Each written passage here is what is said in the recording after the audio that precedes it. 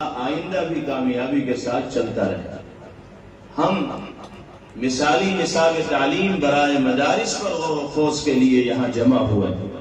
یعنی کوئی ایسا نصاب تشکیل دے دیا جائے، کوئی ایسا جامع لائحہ عمل اہل مدارس کے لیے اور طلبہ مدارس کے لیے بن جائے کہ وہ علوم قرآن و سنت میں مہارت حاصل کرنے کے ساتھ ساتھ ماڈرن ایجوکیشن کی فیلڈ میں بھی مہارت حاصل کرنے والے بن جائیں. واقعتاً اگر کوئی جامع لائحہ عمل بن پاتا ہے تو اس کا خیر مقدم ہے، اور اگر اس کی ضرورت مدارس کے لیے ہے تو جو مسلم ماڈرن ایجوکیشن کے ادارے ہیں ان میں بھی اس کی ضرورت ہے کہ وہاں ایسا مثالی نصاب تعلیم وضع کیا جائے کہ ان اسکولوں اور کالجوں میں پڑھنے والے ہمارے بھائی بہن قرآنی اور نبوی علوم میں بھی مہارت حاصل کرنے والے.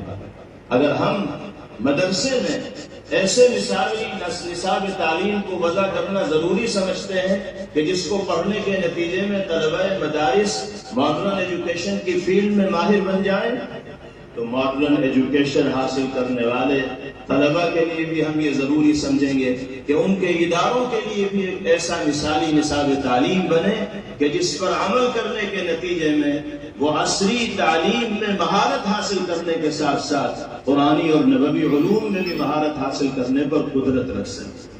دونوں میدانوں میں ہمیں فکر کرنے کی اور کوشش کرنے کی ضرورت ہے.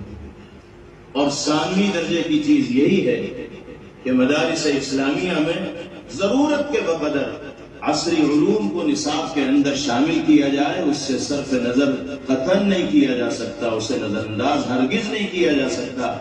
حالات اور زمانے کے تقاضوں کو پیش نظر رکھتے ہوئے ضرورت کے بقدر عصری علوم کی شمولیت ہو اور پوری توجہ اور دلچسپی کے ساتھ طلبہ مدارس کو وہ علوم پڑھائے جائیں.